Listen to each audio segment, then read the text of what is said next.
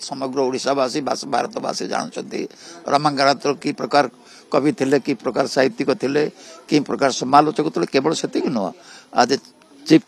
secretary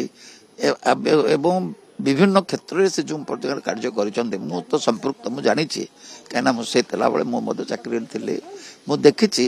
administration व्यवहार कार्यकलाप एवं जो जो सब प्रकार कार्य सबू दिगरे जो लोक मान प्रति ऑफिसर मान प्रति जो व्यवहार एवं ऑफिसर मान जो प्रकार कार्य करिसंती मंगल पे हमर राज्य हित पे ताकर से दिगपंती गोटे बड़ माइलस्टोन ही रहथिला निश्चित निश्चित ताकर राज्य हित पे से बहुत कार्य करिसंती ओडिया ओडिया साहित्य पे विराट क्षति इतर किसी संदेह नहीं तांकर मृत्यु रे हमें ओडिशा साहित्य प्रति विराट क्षति इतर किसी संदेह नहीं